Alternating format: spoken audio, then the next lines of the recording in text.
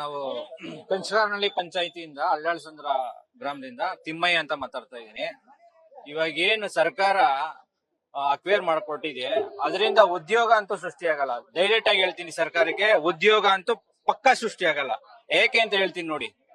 ಇವಾಗ already total 3,500 ಕುಟುಂಬಗಳಿದೆ. Total 15,000 ಜನ ಈ ಭೂಮಿಯಲ್ಲಿ ಜೀವನ ಮಾಡ್ತಿದ್ದಾರೆ. ಸೊ ನಾವು ನೋಡಿರೋದೆ ಈ ಬಿಡದಿ ಭಾಗ, ಆರೋಳ್ಳಿ ಭಾಗದಲ್ಲಿ ಎಲ್ಲಾ ಕಂಪ್ನಿ ನೋಡಿದೀವಿ. ಸಾಫ್ಟ್ವೇರ್ ಆಗ್ಲಿ ಇಲ್ಲ ಪ್ರೊಡಕ್ಷನ್ ಕಂಪ್ನಿ ಆಗ್ಲಿ ಎಲ್ಲಾ ನೋಡಿದೀವಿ. ಅವ್ರು ಕೊಡೋದು ಎಷ್ಟು ಸಂಬಳ? ಬೇರೆ 15,000 ಇಂದ 20,000 ಸಂಬಳ ಕೊಡ್ತಿದ್ದಾರೆ. ಆದ್ರೆ ಜೀವನ ಮಾಡ್ಬೋದ? ನಾವು ಉದ್ಯೋಗ ಸೃಷ್ಟಿ ಮಾಡ್ಬಿಟ್ಟು ಬಿಟ್ಬಿಡ್ತೀರಾ? ಎಷ್ಟು ಸಂಬಳ ಕೊಡ್ತಾವ್ರೆ ಅಂತ ನೀವು ನೋಡಿದೀರಾ? ಕ್ರಾಸ್ ಚೆಕ್ ಮಾಡಿದೀರಾ ಸೀಟ? ಅದೇ ರೈತ ಒಬ್ಬ ರೈತ 1 ಎಕರೆ ಮಡಗಿದ್ರೆ ಜಮೀನು ಅವ್ನು 1 ಲಕ್ಷ ದುಡಿತಾ ಇದ್ದಾನೆ. ಬೇರೆ 4 ಕಸ ಮಡಿಕೊಂಡು 100 ಮಟ್ಟೆ ಹುಳ ಬೆಳ್ಕೊಂಡ್ರೆ 1 ಲಕ್ಷ ಸಂಪಾದನೆ ಮಾಡ್ತಾ ಇದ್ದಾನೆ. ಡಿಗ್ರಿ ಮಾಡಿರುವಂತ ನಮ್ಮಂತ ಯುವಕರು ಹೋಗಿ 30,000 ಸಂಪಾದನೆ ಮಾಡಕ್ಕೆ ಕಾಲಿಡಿತಾ ಇದೀವಿ. ಬೇರೆ ಬೇರೆ ಕಂಪ್ನಿಗಳಲ್ಲಿ, ಫಾರಿನ್ ಕಂಪ್ನಿಗಳಲ್ಲಿ ಕಾಲಿಡಿತಾ ಇದೀವಿ. ನಾವು ಭೂಮಿ ಕಳ್ಕೊಂಡು ಹೋಗಿ ಅವ್ರು ಕಾಲಿಡಿಬೇಕಾ? ಕಾಲಿಡಿಬೇಕೇನ್ರಿ? ಸರ್ಕಾರಕ್ಕೆ ನಾಚಿಕೆ ಆಗಲ್ವೇನ್ರಿ? ಇಷ್ಟು ಜನ ಜೀವನ ಮಾಡ್ತಿದ್ದಾರೆ, ಅವ್ರ ಸ್ವಂತ ಜೀವನದಲ್ಲಿ ಜೀವನ ಮಾಡ್ತಿದ್ದಾರೆ. ಅವರಿಗೆ ಅಧಿಕಾರ ಇದೆ ಕಣ್ರಿ.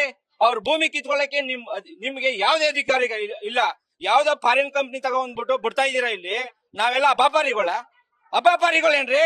ನಾವೇನು ಜಮೀನು ಉಳ್ಸ್ಕೊಬಾರ್ದ ನಾವು?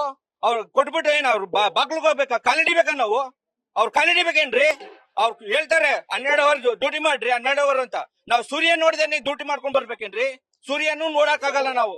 8 ಗಂಟೆ ಹೋದ್ರೆ ಬೆಳಿಗ್ಗೆ, ಸಾಯಂಕಾಲ 8 ಗಂಟೆ ಬರ್ಬೇಕಾಯ್ತದೆ ಒಂದ್ ಕಂಪ್ನಿಲಿ. ಜೀವನ ಅನ್ನೋದು ಏನು ಗೊತ್ತಿಲ್ಲ, ಆಚೆ ಕಡೆ ಜೀವನ. ಅವ್ರು ಕೊಡೋ ಸಂಬಳಕ್ಕೆ 20,000ಕ್ಕೆ 12 ಅವರ್ ದುಡ್ಡು ಬರ್ಬೇಕು. ಯಾಕೆ ಬೇಕು?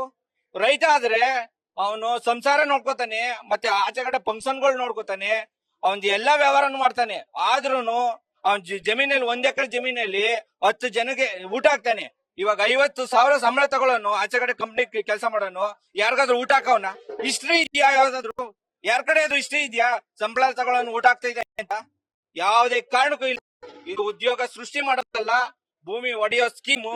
ಸರ್ಕಾರಕ್ಕೆ ನೇರ ಹೊಣೆ. ನಾವ್ ಹೇಳ್ತಾ ಇದೀವಿ, ಯುವಕರು ನೀವು ಉದ್ಯೋಗ ಸೃಷ್ಟಿ ಮಾಡ್ತಾ ಇಲ್ಲ, ರೈತರ ಕಡೆ ಇರೋ ಉದ್ಯೋಗನ ಕಿತ್ಕೋತಾ ಇದ್ದೀರಾ.